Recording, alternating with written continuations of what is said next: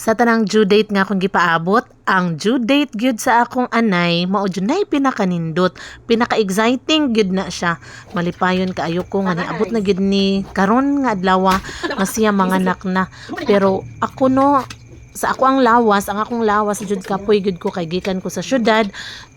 Gikan ko sa biyahe, kapoy ko dili jud unta ang akong lawas ang akong agdon, dili ko ganahan nga kana siya manganak na dayon anang adlaw. Nagpaabot ko ana niya the other day pa, pero kay wala man gyud siya karon gyud siya ika 114 days gyud niya usa siya nanganak, so wa siya nag-advance. Karon nga kapoy unta ko mao man sa hinoy ang pagpanganak kay gikan ko sa syudad, nagpractice mi sa Sinulog.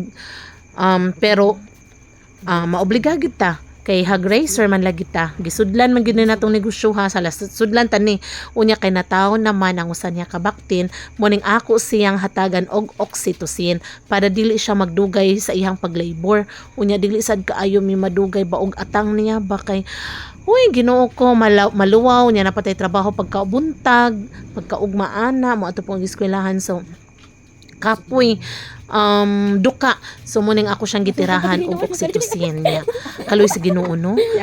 Wala gyud siya nagluhag, wala gyud siya nasuko nga injekan na nako siya din ha. Nya mo din na akong kauban si mama nas Megan mo tig video nya mo pa na no ginaman naman na ni mama og kuha og kuan ang panganay pa man na gikuha na niya og ikog.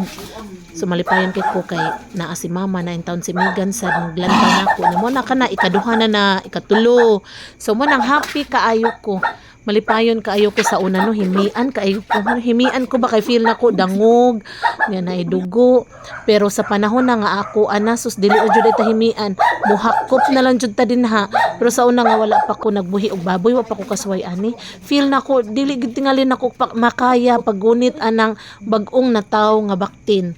Pero sa panahon na nga ako nagyod dili na jud ko himian, ako ra gyud ana si mama gikuyog-kuyugan lang gyud ko ana nila, nagsige ra gyud na taon siya diag duwa og zuma, pero setig putol sad sa ikog, setig kuha sa ngipon kay wala pa ko kasuway og kuha sa ngipon. Pero kung ako na lang sa gyud siguro makamaor gyud ko good, pero ang pagputol sad sa unsa ni ikog dali raman niya.